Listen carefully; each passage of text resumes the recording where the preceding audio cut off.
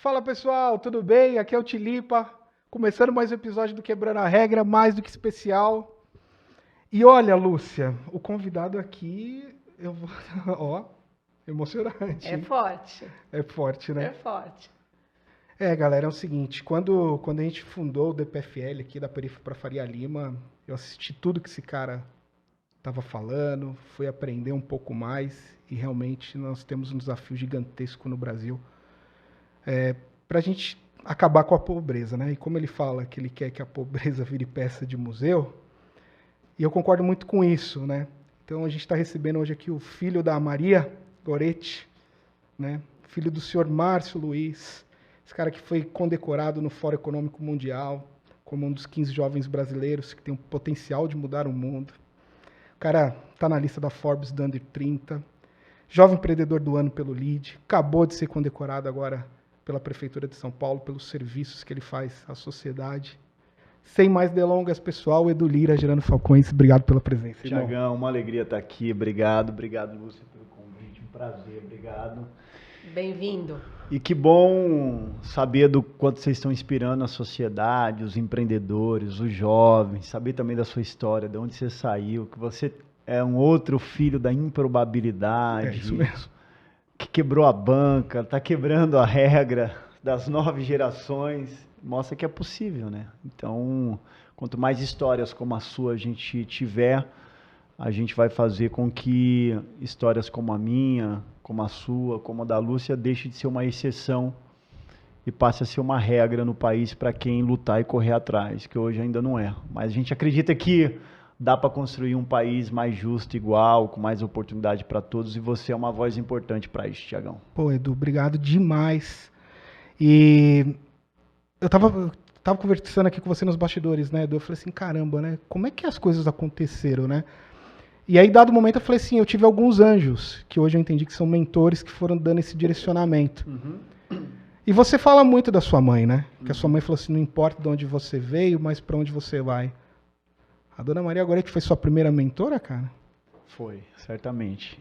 Minha mãe foi uma mentora para mim, porque eu acho que o mentor ele tem um papel de fazer a pessoa sonhar maior e olhar além. E como eu nasci num barraco, numa favela, que não tinha escola, não tinha creche, não tinha saneamento básico, não tinha água potável, não tinha oportunidade alguma. Então, o meio que eu cresci jogava um vírus na minha cabeça, dizendo que eu não podia. O que minha mãe fazia? Ela passava um antivírus. Então, a minha diarista, não é, que ela me criou como diarista, limpando privada no centro de São Paulo, quando ela voltava para dentro do barraco, ela olhava nos meus olhos e me dizia, filho, não importa de onde você vem, o que importa na vida é para onde você vai. E você pode ir para onde você quiser. Você pode o mundo e pode tudo. Então, o sistema jogava um vírus na minha cabeça. Minha mãe passava um antivírus e dizia, estão mentindo para você, você pode tudo, cara. Porque ela sabia que o software era mais importante do que o hardware. E o meu software tinha que estar protegido para produzir um caminho alternativo de superação da pobreza. É muito legal quando você fala isso da tua mãe, né? Porque eu tenho certeza que o Thiago vai confirmar, assim como a sua mãe, como a dona Goretti, eu tive a dona Nina, ele teve a dona Fátima. A dona Fátima, e o papel dessas mães, ele é muito relevante. E também desafiador do ponto de vista que não tem tantas donas Gorettes e donas Ninas, que são mulheres fortes, que levaram a gente a sonhar e a acreditar que era possível a gente reverter aquela condição tão adversa. Nessa linha, eu queria até te fazer, não uma provocação, mas te fazer uma pergunta. E aí, obviamente, por razões óbvias, eu vou fazer essa pergunta pensando nas mulheres, né? Na importância dessas mães que estão nas comunidades, né? Como a Gerando Falcões Eu li sobre a mandala e as 9 pétalas da mandala, e uma delas é de empoderamento feminino, né? Uhum. Eu ouvi você comentar isso, eu acho que você vai entrar um pouco mais no detalhe disso. Mas como a Gerando Falcões faz esse trabalho com mulheres? Para que elas se tornem essas mães, porque talvez muitas delas não nasceram essas mães fortes, que vão levar seus filhos, mas como é que a gente muda a realidade e cria mais donas Gorettes, que por consequência vão gerar mais edus e etc. Ótima pergunta. O processo do empoderamento feminino, a gente enxerga ele na favela de uma forma ampla, de uma forma multidimensional. Então, muitas favelas, elas são territórios agressivos e de altíssimo risco para as mulheres. Então, a gente pensa em empoderamento feminino em tornar esse espaço de sobrevivência mais agradável para as mulheres, habitável. Então, algumas das favelas que a gente trabalha, por exemplo, a Favela dos Sonhos, as mulheres não saíam de dentro de casa depois das 18 horas, porque não tinha iluminação na rua.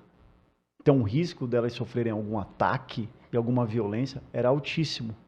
Segundo, as casas eram todas barracos, sem saneamento básico, sem água potável.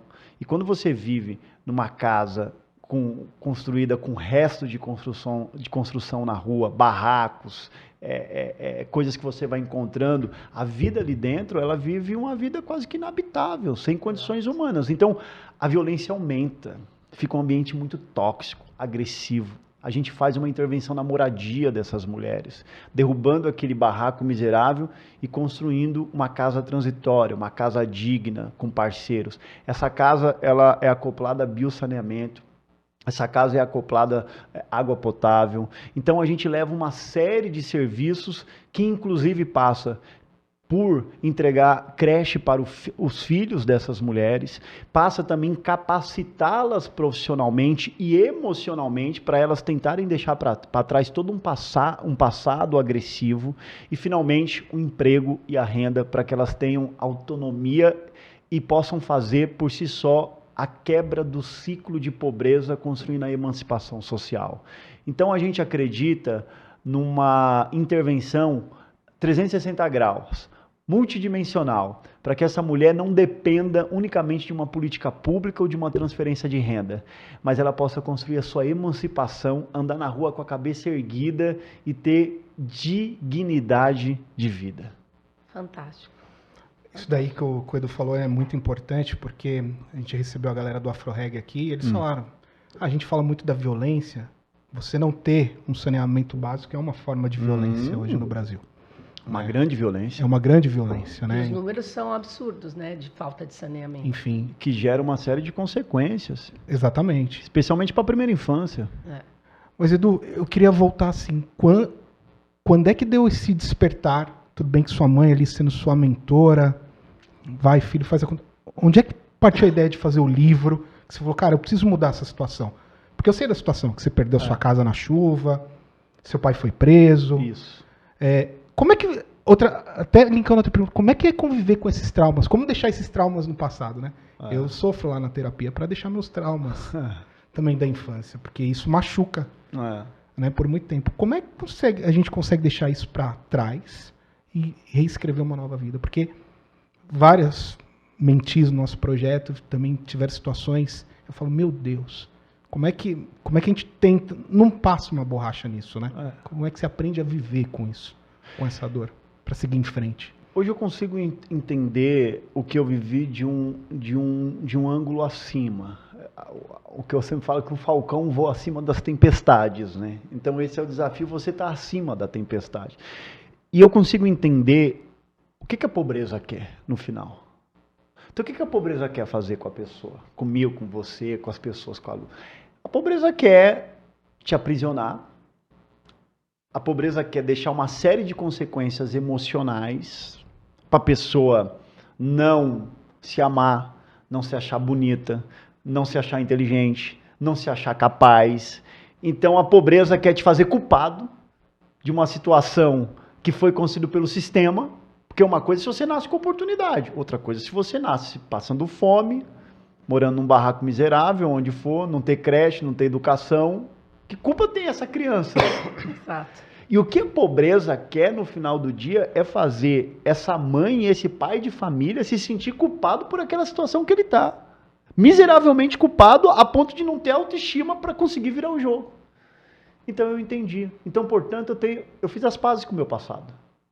Eu não tenho problema com meu pai, eu tenho uma grande história de amor com meu pai, mesmo ele tendo sido bandido, ter ido para uma prisão indiciado por roubar banco. Nós temos uma linda história de amor. Por quê? Porque eu entendo. Eu entendo o que tentou capturar minha família. E nem por isso te travou. Pelo contrário, isso me alavancou. Isso me deu mais apetite em olhar para a pobreza e falar, eu vou vencê-la. Me deu mais apetite em falar assim, é isso que quer me aprisionar aqui, me destruir, me aniquilar, então eu vou vencer isso. Então, Tiago, a pobreza, ela é uma bomba relógio. A certeza que a gente tem é que ela vai explodir a qualquer momento.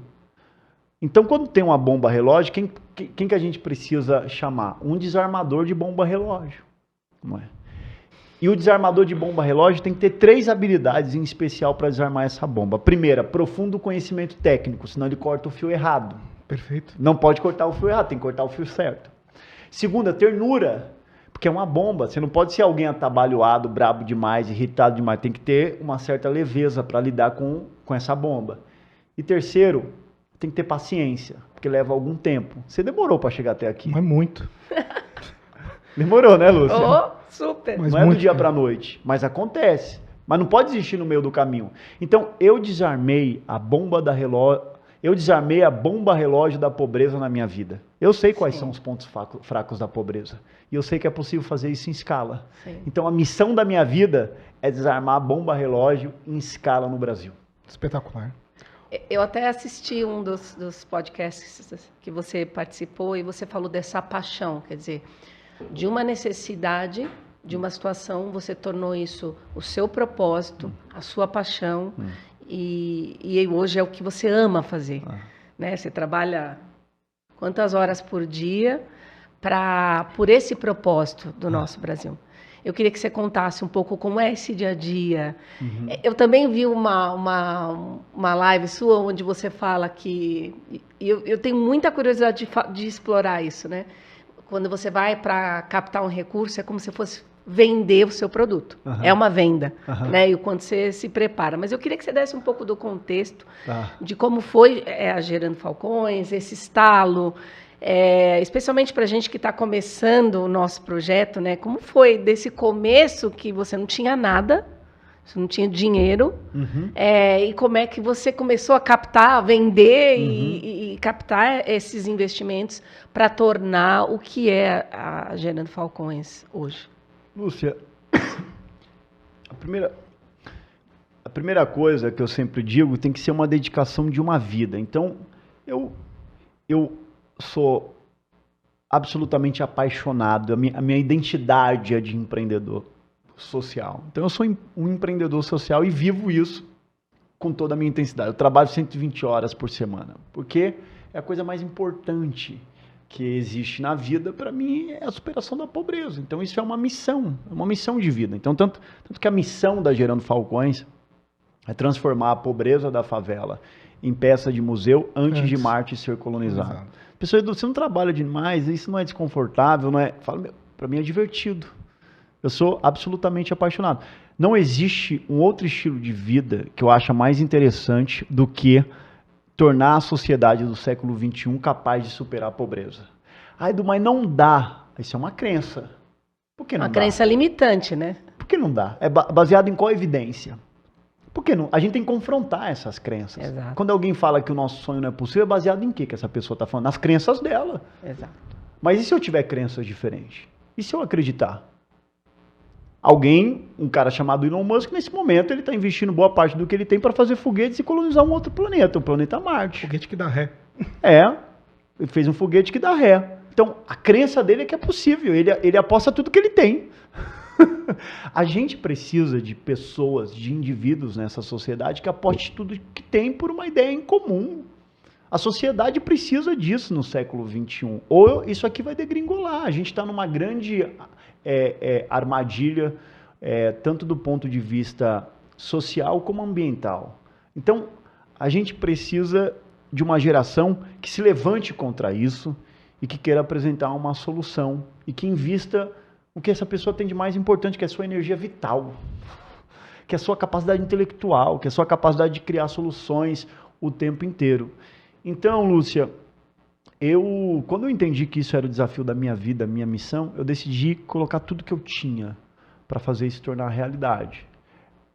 E a jornada de lá para cá, e eu não cheguei em lugar algum, acho que a Gerando Falcões ainda, apesar da gente estar em 6 mil favelas, mobilizar mais de 100 milhões de reais por ano, eu acho que a gente está muito pequeno, a gente tem que jogar muito mais no ataque, eu tenho que desafiar muito mais meu time, a gente tem que criar soluções num arco de tempo muito menor, porque a gente está atrasado. A primeira favela nasceu no Brasil 120 anos atrás. De lá para cá, só para dar um dado, na última década eram 7 mil favelas no Brasil, pulou para quase 14 mil favelas. Uau. O Brasil está perdendo esse jogo, a gente está perdendo feiamente. E se favela fosse uma franquia, seria maior do que Burger King, Correio e McDonald's juntas. Então, a gente está jogando na defesa e está tomando um gol atrás do outro. Então, a gente precisa de uma geração que enfrente isso, que encare isso. Quando eu mentalizei isso e entendi que isso era a missão da minha vida, o demais é criar solução. É tentativa e erro, é teste A, B, C, D, é encontrar o caminho. É uma questão de você ser obcecado em chegar do outro lado de lá. Entre onde a gente está e o que a gente quer, tem um caminho muito longo pela frente. Mas eu acredito que em algum momento, quando um doido olhou para aquele pântano lá em Orlando e falou que vai ser a Disney, duvidaram. Quando o Henry Ford queria fazer os carros, as pessoas falavam, a gente só precisa de cavalos mais rápidos. Nunca houve uma grande ideia que antes de acontecer não tenha sido zombada. Primeiro ela é zombada, depois ela começa a se viabilizar, depois a sociedade acredita. É que vai alguém lá e faz. Né? E depois ela se torna comum, ela se torna real no meio de todo mundo. Um dia a superação da pobreza vai ser algo comum. Só depende da gente. O brilho no olhar dele é impressionante. Impressionante. Né? É impressionante. Os números do Brasil não te assustam? Porque a gente está falando de algo em muita escala, né, Edu? E que envolve várias esferas da sociedade. Eu já vi muito você falar sobre isso. Uhum. Eu queria que você até explorasse um pouco a mandala e as suas pétalas. Por que você acredita que envolve em tantas esferas e como é que você está mobilizando essas esferas? O que mais me assusta é a covardia do Brasil. O Brasil tem muito dinheiro. As elites brasileiras têm muito dinheiro, dos quais muitos me patrocinam, me apoiam. Os governos brasileiros têm muito recurso. O problema do Brasil não é falta de dinheiro, é falta de prioridade, que é uma coisa absolutamente diferente. Então a gente não vive num país pobre, a gente vive num país desigual, que precisa priorizar a agenda de combater a pobreza e de salvar o meio ambiente, porque senão isso aqui degringola. Então a gente precisa de lideranças, precisa de vozes e precisa fundamentalmente de protótipos. O que a sociedade civil pode fazer? O que a gente pode fazer, Thiago? A gente pode prototipar uma solução, porque o governo ele é grande demais. Sim. E ele tem desafios demais também. Então o governo ele não consegue apostar em inovação, porque ele está ali, olhando a máquina acontecer todo dia. Apagando incêndio. A sociedade civil, nós, portanto, temos como apostar em inovação e investir num dinheiro de risco. Quando nós criamos a Favela 3D, que significa digital, digna e desenvolvida, e que eu fui a mercado captar dinheiro, qual que foi minha abordagem? Eu disse, me dá dinheiro para eu aprender. Porque o Brasil não sabe fazer a superação da pobreza. Se eu aprender, eu vou doar isso para a sociedade, código aberto. Então a gente começou a Favela 3D em Marte, Favela Marte, depois Favela dos Sonhos e fomos para Providência e também para o Vergel. Por exemplo, em Marte, o que a gente faz nas favelas 3D é combinar políticas públicas e tecnologias sociais na favela para destravar valor e quebrar o ciclo de pobreza. Para isso a gente construiu uma mandala com 8 pétalas e o nosso desafio é fazer essa mandala girar na favela, que passa por moradia digna e urbanismo, saúde, educação, empoderamento feminino, primeira infância, meio ambiente, geração de renda, entre outros. E a gente tem um programa chamado Decolagem, que isso é muito inovador, inclusive. Tiago, a gente usa tecnologia através de uma plataforma que faz a construção de trilhas individuais e personalizadas de superação da pobreza para cada família. Porque a pobreza que afeta a vida do João é diferente da pobreza que afeta a vida da Maria. Portanto, o remédio é diferente. Cada um precisa de uma solução. E a gente executa esse grande plano junto com a favela. Um dado, por exemplo, na favela Marte, o desemprego era da ordem de 70% contra um desemprego de 12% do Brasil. Um ano depois, nós derrubamos esse desemprego de 70% para menos de 5%. Uau! Se tem um lugar onde a favela se tem um lugar do Brasil onde existe pleno emprego, é na favela. Então é possível. O caminho da inovação é acidentado, mas ele é possível. Isso aqui, eu falo essa narrativa, Thiago, essa história, muito mais também para inspirar os empreendedores sociais, caras como você, do qual o Brasil depende muito, Thiago. De que o caminho da inovação, ele é doloroso, mas ele é o único caminho que pode transformar o Brasil. Isso daí que você está falando é muito interessante, porque eu estava conversando com o Geraldo da Vetex, que é um dos fundadores da Vetex. Então, é uma empresa brasileira, Rio de Janeiro, e hoje é uma empresa global, abriu capital na bolsa, né? E foi uma das primeiras pessoas que eu liguei. Ele falou, cara, vai ter dias que vai dar um desânimo. Você fala, putz, não é possível, mas vai lá e continua. Então, todas as vezes que bate isso, eu lembro do Geraldo na minha cabeça. Não é fácil, realmente, e é uma jornada. A pergunta, Edu, assim, o mercado entendeu que não dá mais para ter esse preconceito do currículo? Poxa, o cara é do Capão. Eu lembro você no Roda Viva fazendo assim, né? Enfim, isso acontece demais. Sim. Eu lembro que eu trabalhava numa empresa e sumiu um computador. Primeira sala que foram revistar para ir atrás do computador. Foi na sua sala. Por quê? Porque é o cara da periferia. Você era da periferia. Né? Enfim, isso acontece. Eu sou o cara que tá de camisa do Corinthians no supermercado de Bacana, o pessoal me manda pra fila de motoboy. Então, assim, as pessoas julgam muito pelo tom da sua pele, pela camisa que você está usando. Sim.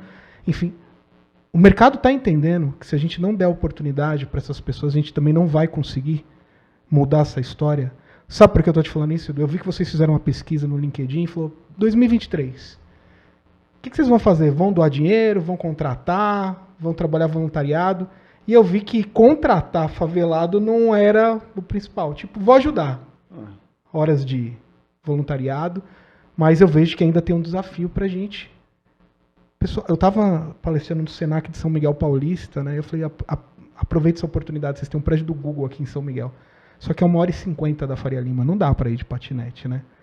Então, a gente tem o logo do projeto Patinete com as cores da linha do metrô para fazer essa analogia.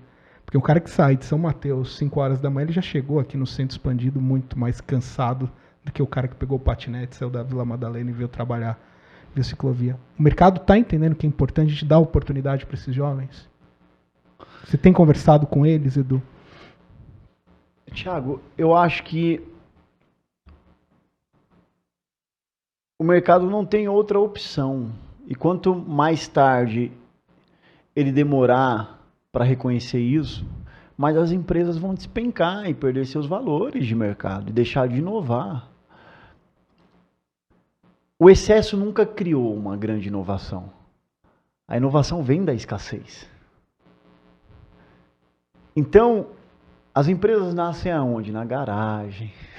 Ninguém nasce. A inovação unicórnio, né? Na dificuldade. Então, a fartura em excesso, ela não necessariamente produz a inovação. Ela pode financiar a inovação, mas não necessariamente produzir a inovação. Criar, né? É isso. A criação vem da escassez. Então você precisa ter as periferias dentro das companhias. O negro, a mulher, o periférico, o favelado, para oxigenar a organização. E a organização não parar de criar, não parar de produzir. E você precisa também de pessoas que tenham um propósito dentro das companhias, que tenham uma missão. Eu consigo medir claramente as pessoas que têm uma missão, por exemplo, trabalham comigo, que vive 100% a missão, de quem não vive. A pessoa que não vive, ela pode ter o melhor currículo, pode ter a melhor formação do mundo, mas ela entrega muito menos. Porque a pessoa que vive a missão, ela está lá por algo maior do que ela um aspecto transacional e do que ela própria. Ela não está só por dinheiro. Ela não está só ali para melhorar o currículo e dar um novo passo. Ela está ali porque ela acredita, ela tem uma missão de vida própria, uma missão alinhada com a organização. Então isso faz ela ir muito além, produzir muito mais. As empresas precisam contratar, encontrar, valorizar esses currículos e contratar essas pessoas. É inevitável. É uma questão de sobrevivência, de economia. É uma questão de se manter relevante ou perder a relevância. Por que, Lúcia? Por que eu estou falando disso? Quando eu olho para minha história, quando eu fui trabalhar na Dell, minha história mudou. Porque eu saí da Vila Medeiros, fui trabalhar na Dell, outro estado. As referências mudaram. Porque sabe qual era a referência lá na Vila Medeiros? Vou construir em cima da casa da minha mãe, arrumar um trabalhinho ali e seguir a vida. Porque era a referência daquilo. Sim. O Kepler veio aqui, ele falou que às vezes você precisa, em dado momento, dica pro jovem da periferia, pega um metrô, vai numa biblioteca, vai andar, vai conhecer gente nova, né? Para você falar, cara, não, o mundo é muito maior do que isso daqui, né? A minha principal regra de vida, Thiago, é aprender. Então, eu levanto absolutamente motivado em aprender. E toda vez que dá um problema na Gerando Falcão, todo dia eu tenho que resolver problema. Eu entro naquele problema para aprender. Então, hoje eu te recebi uma notícia que me deixou absolutamente bravo, né? Assim, os primeiros 30 segundos, não, mais um pouquinho, 5 minutos, eu fiquei absolutamente, eu falei assim, depois eu parei, respirei, eu falei, eu tenho que aprender com isso. E eu tenho que aplicar uma solução que depois seja escalável. Eu tenho que aprender com isso, eu tenho que ficar mais inteligente com esse problema. Eu tenho que usar aqui os meus dons, minhas habilidades. Então, a gente vive na economia do conhecimento. Na economia do conhecimento, é quem aprende mais rápido. Então, o jovem da periferia, e sempre, é isso aí. E o jovem da periferia, ele tem que estar focado. O jovem da favela em aprender.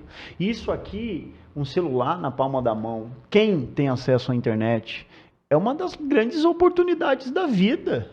É uma das grandes oportunidades da vida. A digitalização é uma das grandes oportunidades da vida, que você passou a ser ouvido. Nós estamos aqui no podcast, comunicando, e vamos ser ouvidos por milhares de pessoas. Então, Isso é uma revolução digital. E o jovem tem que se lançar nisso.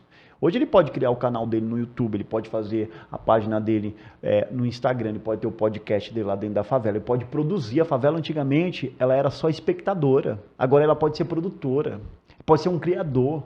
Então, tudo isso são oportunidades da transformação digital que a juventude brasileira tem que se alavancar em torno disso, tem que monetizar isso e tem que fazer seu processo de transformação de vida. Ô Edu, e nisso, né, Lúcia, a gente estava conversando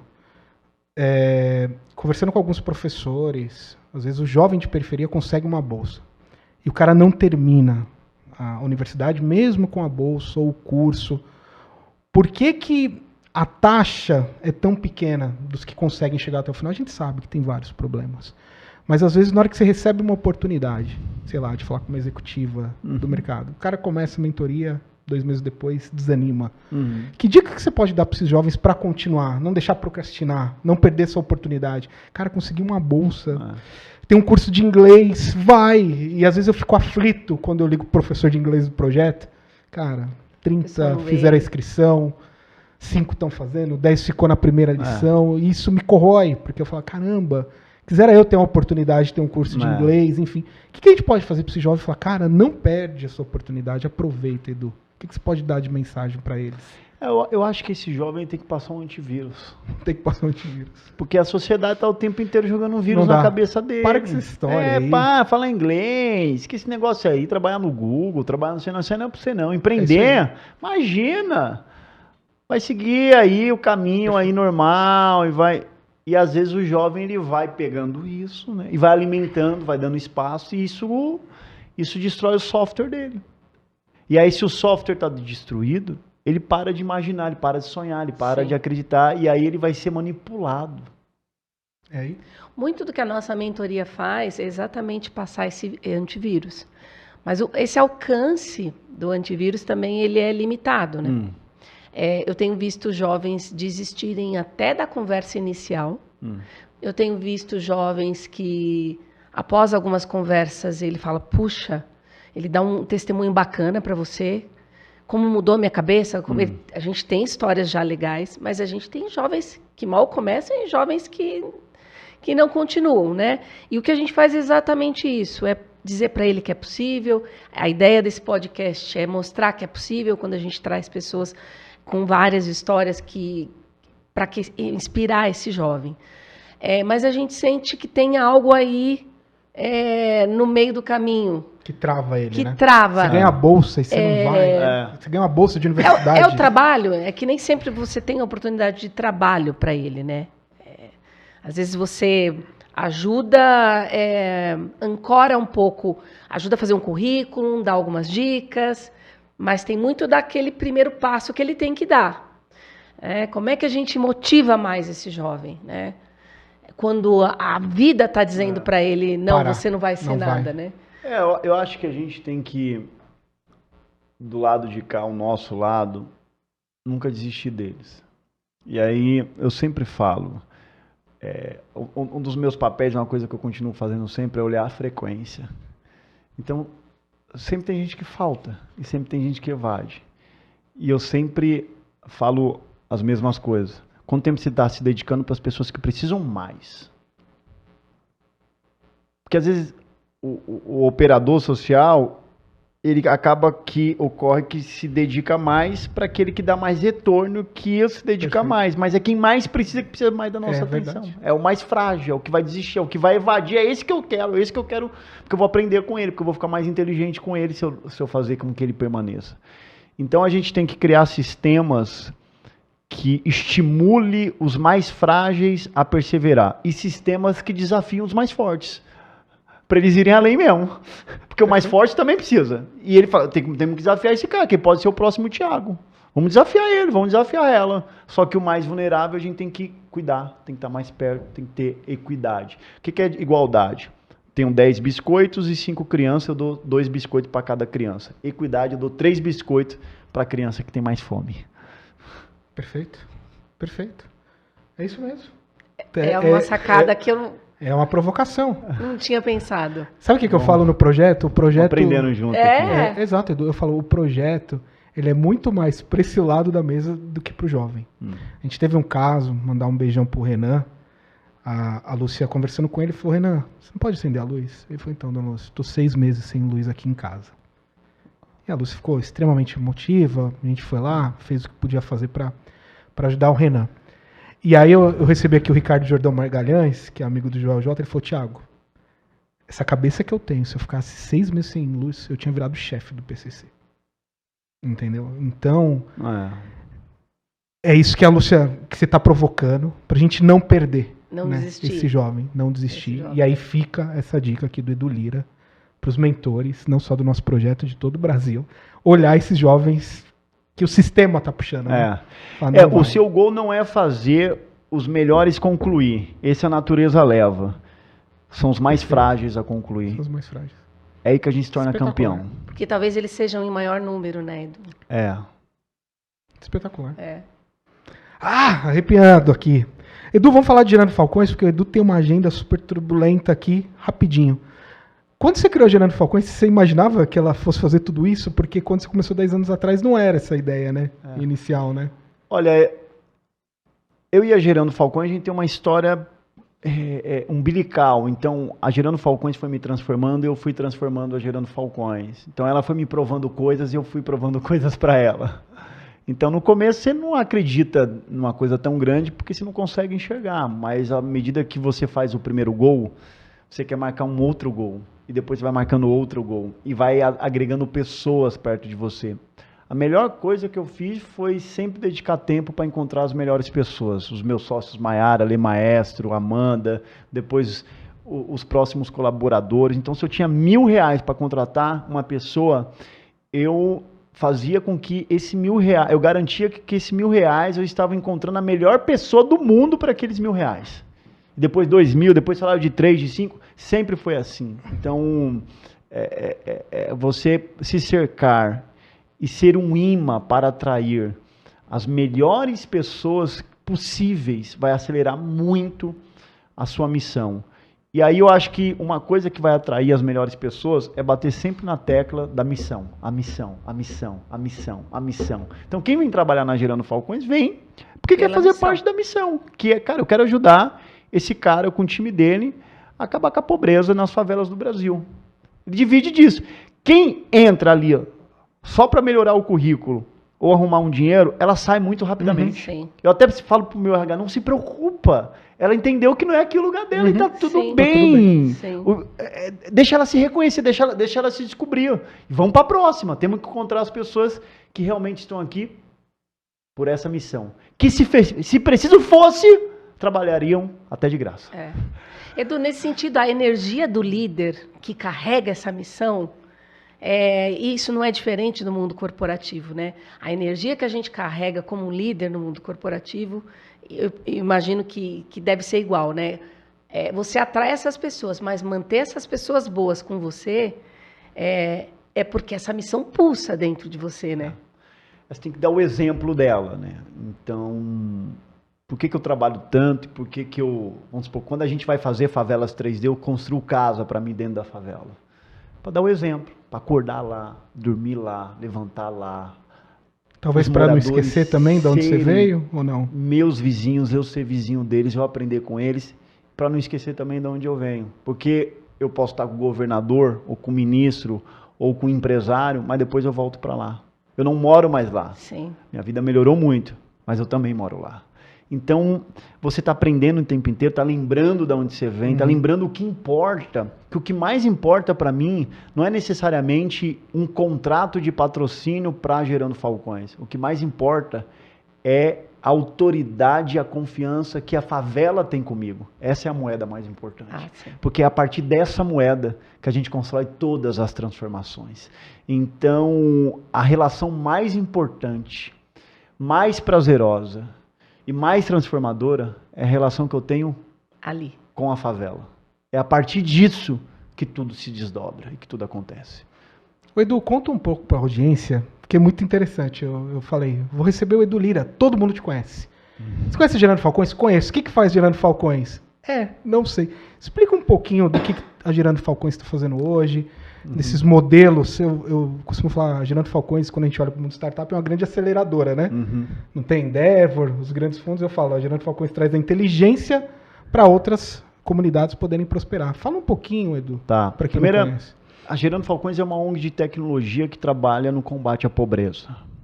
A gente se organiza como um grande ecossistema de desenvolvimento social que trabalha em colaboração com milhares de ONGs em favelas do Brasil, entregando serviços de educação, desenvolvimento econômico e cidadania. E a gente aumenta, amplia, acelera a capacidade de transformação dessas ONGs e desses líderes na ponta. E, paralelamente a isso, a gente também trabalha com intervenções sistêmicas dentro de favelas, com a Favela 3D, para interromper o ciclo de pobreza, sobretudo a pobreza crônica. Então, hoje a gente está presente em mais 6 mil favelas do Brasil.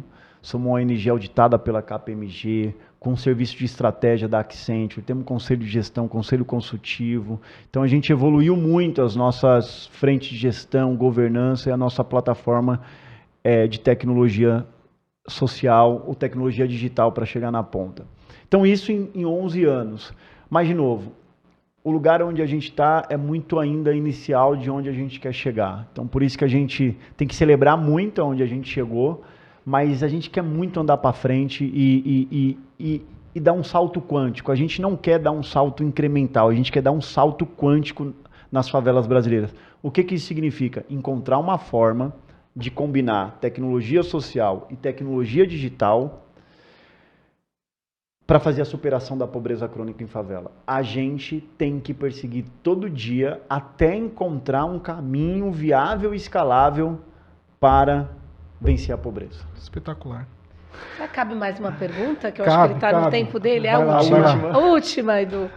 Nessa linha aí, e até pelo desafio que é gigante no nosso país, e obviamente demanda investimentos altíssimos, as parcerias, entre aspas, com governos são super importantes. Sim. A gente está avançando nisso? A Gerando Falcões está conseguindo avançar nessas parcerias para captar esse dinheiro que está ali e que a gente precisa usar da forma correta, claro. Afinal é dinheiro de impostos, né? Claro. Como é que está indo? Olha, Lúcia, você falou tudo. 70% do dinheiro para transformar o Brasil está em governos e 30% está na filantropia. Então, o terceiro setor precisa dialogar com governos. Por muito tempo eu não quis e foi um tempo perdido. A gente precisa trabalhar em colaboração com governos para fazer isso em escala, senão não tem escala.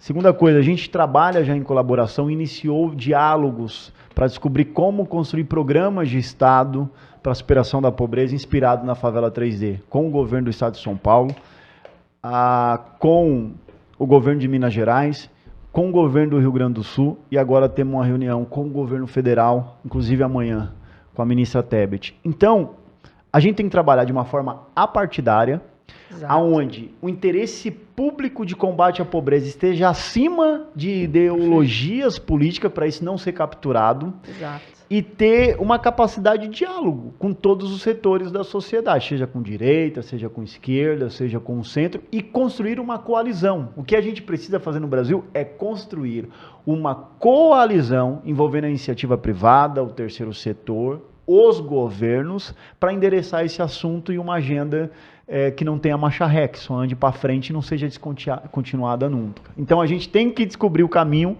de influenciar políticas públicas para construir um grande programa de Estado para fazer a superação da pobreza. Não tenho dúvida que você vai conseguir. Rodrigão, põe umas fotos aqui pro Edu ver. A gente está chegando ao final, pessoal. Hoje é um episódio especial, a agenda do Edu. É muito corrida. A camisetinha do projeto para você, Edu. Da periferia para a Tem um amigo meu que ele fala assim, Thiago, não tem que ser da periferia. Pô, já fiz esse caminho várias vezes, viu? Várias vezes. Sabe o que ele fala? Adorei o nome, Thiago. Nós precisamos de 200 cidades de São Paulo no Brasil. O cara da periferia ele tem que empreender na periferia, porque senão a gente vai ficar concentrando pessoas. Eu falei, eu entendo tudo isso.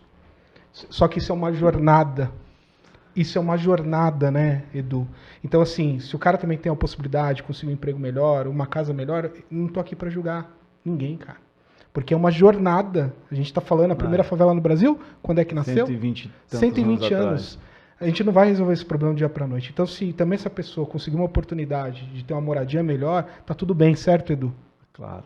Porque ficou muito essa discussão. Não, a gente precisa fazer a favela mudar. Eu falei, eu entendo. O Gerando Falcão está fazendo isso, a gente está aqui nosso grãozinho tentando dar nossa contribuição, mas não tem certo ou errado nessa história, entendeu?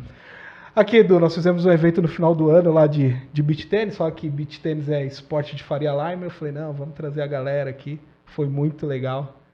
Aí, agradecer toda a turma da Gerando Falcões, galera do G10, foi muito legal. Mandar um beijão pro Ale Carvalho, que é um grande parceiro, pro Fábio Aguiar, pro Christian, a Amandinha, a Michel, que fizeram essa ponte aqui. Gostou, Lu? Hoje foi corrido.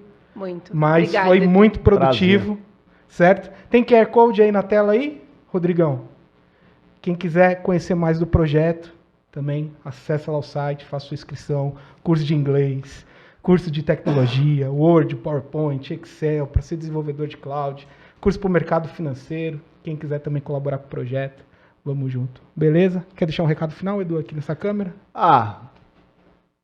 Tamo junto e vamos que dá. E lembre que a pobreza é só uma bomba relógio. E se você cortar o fio certo, você tá livre para sempre. Vambora. Bora cortar esse fio. Pessoal, mais um episódio Quebrando a Regra especial. Edu Lira, obrigado, tamo junto. Vai lá no Instagram, TilipaTH_82. Tamo junto, da periferia pra Faria Lima. Bora desarmar essa bomba relógio. Valeu, produção Live Sports, Ex Sistema 7, tamo junto.